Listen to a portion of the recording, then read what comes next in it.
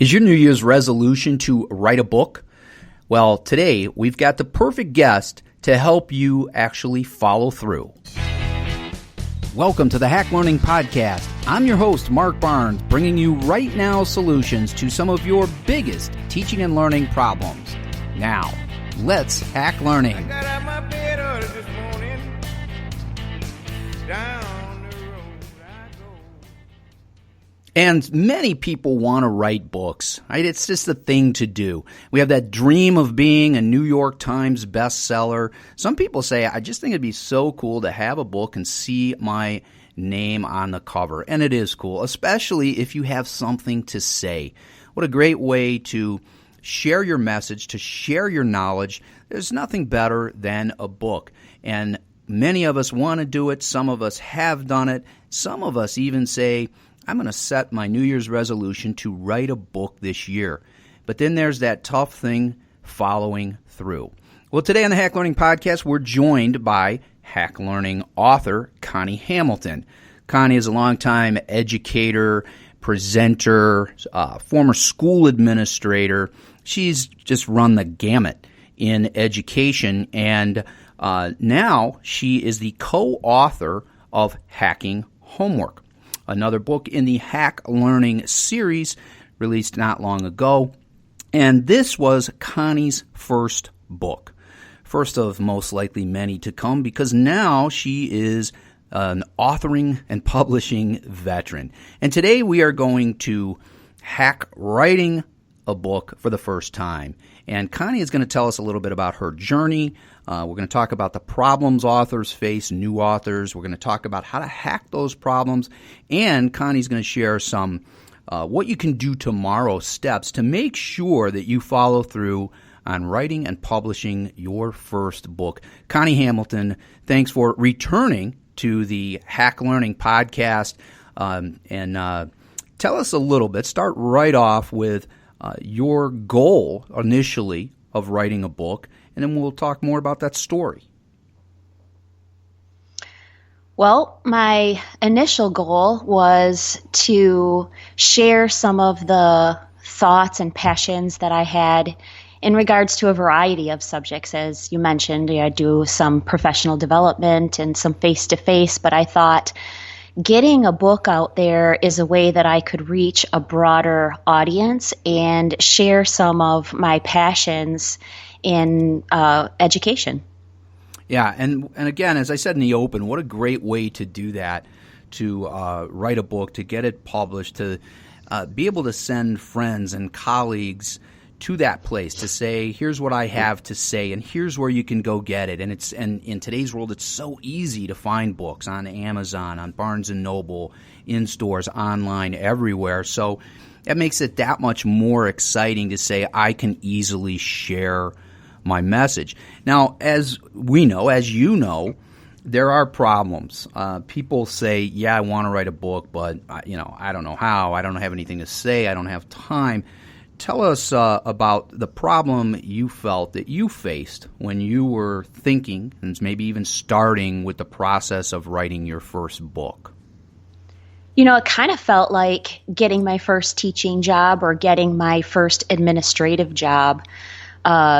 You get that once you get a little more experience, then you feel that confidence and you have the clout there behind you. But getting that first opportunity was quite a challenge, and not having the resume that some other authors like you have, I felt like that was something that I needed to overcome, both personally from that efficacy level and also from, who are you, Connie Hamilton? Haven't heard of you. Oh, you're that Twitter girl. Yeah, and I think that's a problem that many new writers face. They say what you said. They say, well, who am I? And, why should I write a book? Or who's going to want to read, what I have to say because they don't know me and all? So how do you overcome that? Well, perseverance, I guess. I mean, you probably remember the first book that I pitched for the Hack Learning series was really on questioning. And, that's a whole nother problem as well, is some of the topics that we get passionate about, we're passionate because other people have instilled that in us. And so to turn around and regurgitate what other people have said so eloquently isn't necessary for another book to be out there about maybe a overused topic or a topic that has been done very well. And so really finding that niche to say, how are you going to present that information in a unique way? And that's what really attracted me to the Hack Learning series in general, is that we take these everyday problems that educators face on a regular basis and we get hacky about it. How can we tackle this in a unique way, in a different way that hasn't been done before, but yet is effective? And so I really did my homework to look at what publishers were out there, were available, and tapped into the connections that I had and listened to the feedback that you provided. So, you said, I'm not sure that I want to go that route with questioning, but on your website, on the Hack Learning website, was a whole list of different topics that are up and coming and are of interest to the greater population. And I thought, I'm pretty passionate about grading and homework. That's another route, and certainly connects to questioning as well. Yeah, and you talk about something that I think a lot of new writers don't truly understand, and that's the idea of pitching someone your idea for a book.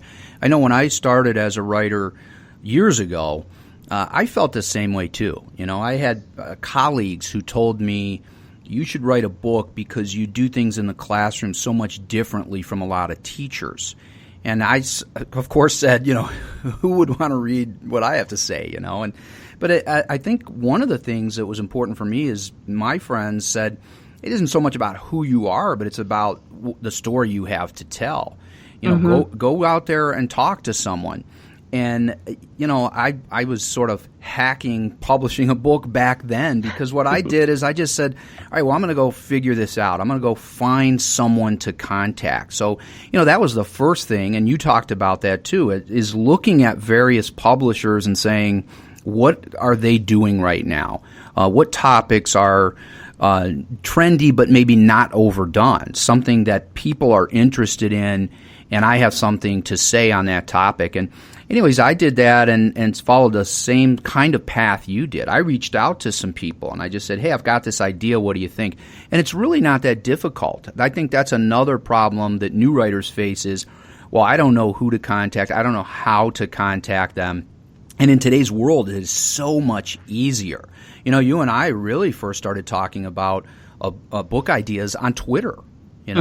After a live Twitter chat, and and I remember you messaging me on Twitter, and we just carried on that conversation. And I said, hey, take a look at the ideas. That's the other thing. There are many websites out there. Most publishers now, so even in the education world, your ASCD and Corwin and Solution Tree and all of these excellent publishers in education, they have places where they say, pitch us your idea, and it's online. So what a great thing to do, because, back in the old days, you couldn't do that. You had to write query letters, and you had to put them in an envelope and send them off to someone and then wait weeks and weeks.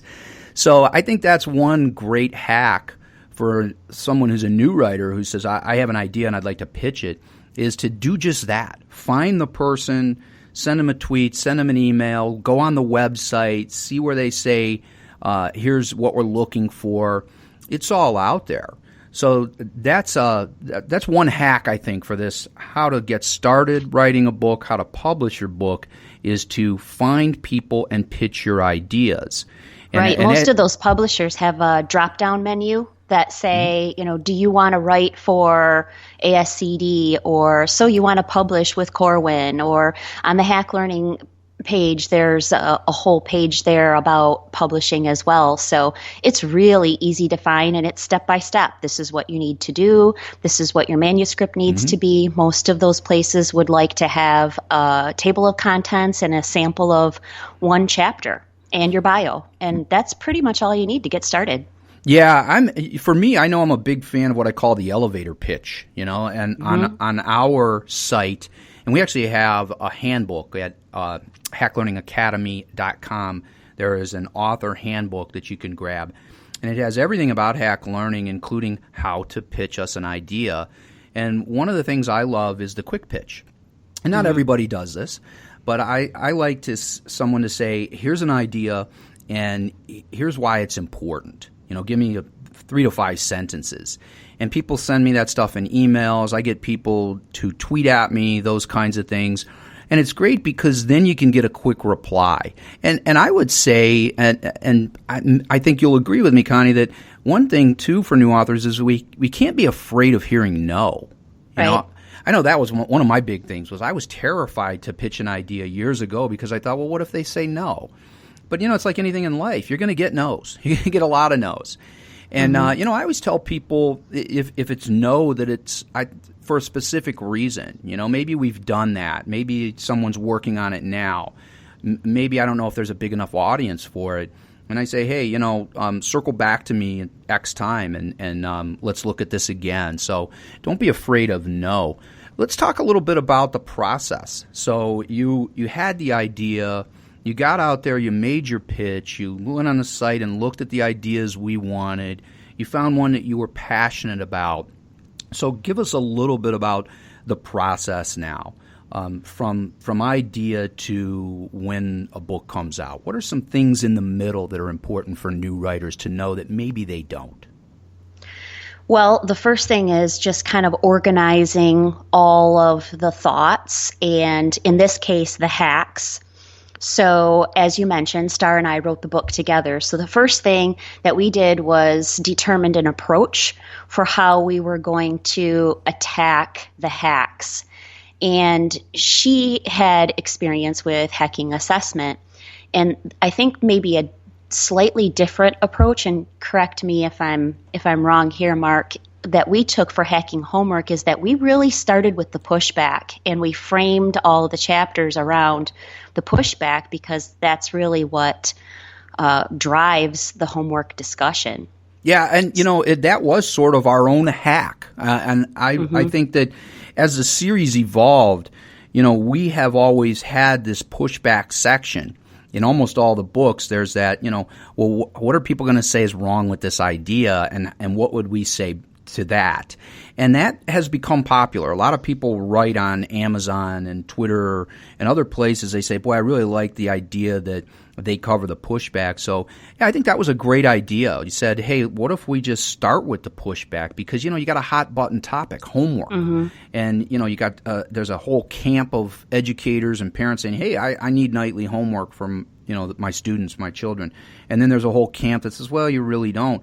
So we said, if we're going to lay out these hacks, here's a problem, here's a fix regarding homework, how are people going to push back? And I think that was a great way to do it. So just for new writers, I think, too, what you're saying is you have to sort of work backwards, I think, no matter what you're doing. What's the end look like, and how do you, sort of step that back to the beginning? Right. One author shared a different approach with me as well, which was using sticky notes, really kind of an old-fashioned perspective to say, these are all the thoughts that I have, these are all of the ideas, and just put them up on a wall. And then after those sticky notes had been exhausted, he categorized them in ways that made sense to move together. And if he had enough sticky notes for a chapter, then that became a chapter within the book. And that's how he approached writing. And so I think everybody kind of has their own way to tackle beginning the structure of, how do I want to set up the book? So, but that's a great strategy to give someone who's struggling with where do I go? I think one of the things, and there's so many layers to this onion that we could sort of unwrap, but, the idea of writing a book, it's just, we could do a whole podcast series on it. But, what I think a lot of writers I hear, and I'm in some writing and publishing groups on Facebook, so we have this dialogue, and so many say, I don't know where to go. I don't know how to write every day or how to flesh out my ideas. And what you're saying is one way. Maybe there isn't. Well, I'm sure there isn't one way to do it. You have to find your comfort level. So somebody says, I'm going to jot down ideas on a sticky note. What a cool thing to do. I think Angela Stockman, who did Make Writing, and that's combining Writer's Workshop and the Makerspace. She would love that. She's very much into that. Be hands-on. Tell your story through building, through tinkering, jotting down notes, and then build it into words from there. So that's fantastic. Now, another one I want to cover before we run out of time is, and we may have to do this again. I mean, there's so much here to talk about. You're an educator. And in the Hack Learning series, all of our authors are educators, whether they're classroom teachers, school leaders, consultants. They are all about teaching and learning, and they're busy. They work. They have full-time jobs. We're not talking about people like Stephen King here, who just write.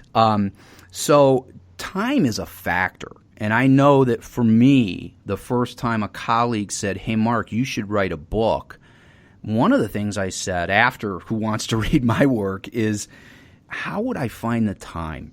Tell us a little bit about that process of working full-time in the education profession. And I know you travel and you do so many things. You're out in front of people constantly. How did you manage the time issue to get your book written? And you and Star didn't take very long. I mean, I don't know, you took maybe 4, 6, 7 weeks to get your book completely written. How'd you do that? Well, first we took a look at our calendars to determine when we both would have some time to tackle. And we mutually agreed that after we got the contract with Hack Learning, that probably the next 6 weeks were not going to be conducive to us really setting some time and attention aside. So we targeted the end of the school year after students were out to say, okay, mid-June, we're really going to get cracking. And Star and I, thankfully, have really similar working styles. And so we like to work in a big chunk of time for consecutive hours. And so we would just set different deadlines for ourselves. We need to get this chapter done by Friday. And Thursday night, we're going to get together and we're going to go over these 3 chapters. And just setting small goals for each other. And then 2 other things that we did as co-authors is, one thing is we set some time where both of us were our draft was in a Google Doc. So we set some times when we were both in the Google Doc together, and we FaceTimed on the side. So we were having conversation while we were in the Google Doc, having discussion about what we liked and didn't like. And then I actually flew out to New York, and we spent 3-4 days just writing together in Star's apartment. And we had some fun. It definitely was a great bonding experience for a couple of authors. But boy, that was a really productive use of time. Well, it has to be fun. I mean, I think writers are very passionate. They're very critical of their work. They're a bit obsessive about it. But it has to be fun. I love that if you're working with someone, saying, for one, the idea of saying we're going to get together and we're going to sort of hole up and get this done, and we're going to hammer things out for 2 or 3 days. But then obviously mixing in some socializing and some fun along the way is a really important piece as well. So, and I like how you talked about tools. Jennifer Gonzalez and I started this whole hack learning thing rolling years ago with Hacking Education, and we co-authored that, and we did some of this as well. Although we didn't get together, we were always getting together online. And we were in a Google Doc, and then we used Voxer, and we would be in the document, and we would be sending messages back to each other on Voxer, and that really helps as well. Are there any other tools that you could recommend to, whether it's co-authors or even just an individual, to help their process work better, more efficiently? I think, some of I'm not sure if this is exactly what you mean, but one of the tools that I used that I found was really effective in the editing process is just within Word or within Google, doing a word search for some of the really commonly used words to ensure that, you have your voice and you have certain words that you use quite frequently. And homework was certainly one of them, but learners, learning, that was another one. I'm trying to think of there was one other word that kept coming up. I think it was must. Yeah. just something like that feels redundant when you might be having a 5 or 10 minute conversation with somebody, or you're writing for a couple hours and you don't realize how often you use that word. And so utilizing that word search to see, gosh, I have the word learner in this document 483 times. Yikes. Guess we better shake it up a little bit. And that offers a little bit more variety within the voice. Well, that's a fabulous hack. Sorry to interrupt you there, Go ahead. Connie. I love that one. And I think that's the kind of thing that people come to the Hack Learning podcast for, and what they come to Hack Learning books for, is that I want something that's simple, but maybe I didn't think of it. And I love that one. And I think you're so right. And I know many other authors who would say the same thing, that, I'm that way. There's certain words you just use. And then if you're writing about a topic, you're writing about education, you're writing about homework, you're writing about assessment, you're going to use those words many times. I mean, you have to. Throughout a book that's maybe 150 pages or more, you're going to use that word. But there are going to be many times when you can replace that word. So I like that hack. We're going to do a global search for certain words to make sure we don't use them too much, because that can just bog down the writing. So, right. Connie Hamilton, we are running out of time. And before we go, first I want you to speak to the person who is, at the time of our recording here, we're coming up on New Year's. The person who's thinking resolutions, who's wanted to be a writer for a long time and is thinking, you know what, this year I'm going to write a book. And we've probably touched on some of them already, but just to underscore, give us maybe one or two quick things that you would tell that person, here's what you should do right away to get started. The first most important thing, I think, is to change your mindset about whether or not this is a dream or this is a goal. And that was a thought that I had pretty regularly, like, oh, someday I'd like to write a book. And that was really pretty much the end of it. Someday. Mm-hmm. And so once that becomes a goal where you really set your mind to say, no, this is the year, this is the time, I'm ready for this, then set yourself some small chunked goals. So perhaps you say, in January, I'm just going to research different publishers. And by spring break, I'm going to really get my idea down. I'm going to determine one or two different topics that I'm passionate about, and I'm going to begin to think about what a table of contents might look like. And just set yourself some goals. And as Mark said earlier, don't be afraid to hear no. Accept feedback. We talk about our students having a growth mindset, and we need to really embrace that growth mindset too, to say there's a lot of learning that can occur through some constructive criticism. And so if you get rejected, then ask for some feedback. What is it that was good? What is it that wasn't good? And take that and turn it around, revamp it, and try again. You might not be a great fit for a certain publisher, so know your audience and determine what kind of publication company is best going to fit your message. If you're heavy into research and kind of that looking at your XYZ and this is thou shalt do it this way and a whole lot of textbook type structure, Hack Learning isn't going to be a good fit for you, because we're very conversational in the book. If that's the voice that you want to portray, then that's the kind of publisher that you need to look for. Yeah, those are some amazing steps. I especially since I said we're kind of going around that New Year's resolution theme, even though someone might be listening to this in June or July at the time of recording. We're talking about New Year's resolutions. And, what typically happens is people say, the classic, I'm going to lose weight. My New Year's resolution, I'm going to exercise more.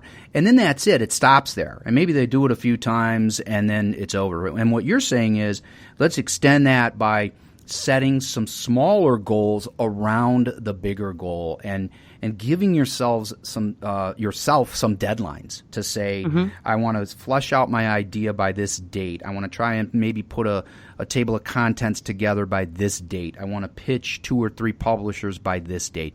And know your audience. Those are really excellent ideas. Be persistent. So I think we've given new writers a whole lot today in a short time about the journey of a new author, what that looks like, starting from goal to writing to using specific tools, and then to those right now, what you can do tomorrow strategies of goal setting. So Connie Hamilton, this has been amazing. And I know that people listening are probably going to have something that we didn't cover, and they might say, man, it'd be really nice if Connie had said this or that. And I'd love to ask her this question. How could they do that? For the best way to get a hold of me is through Twitter, which is @ConnieHamilton. Or you can go to my website, and there's a link there to my email, which is conniehamilton.org. Outstanding. And we will, of course, link those places on our show notes page over at hacklearningpodcast.com.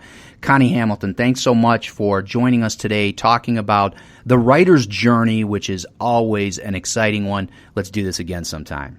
Let's do it. As always, we continue the conversation at #HackLearning on Twitter and on the show notes page at hacklearningpodcast.com. Thanks for listening. See you next time.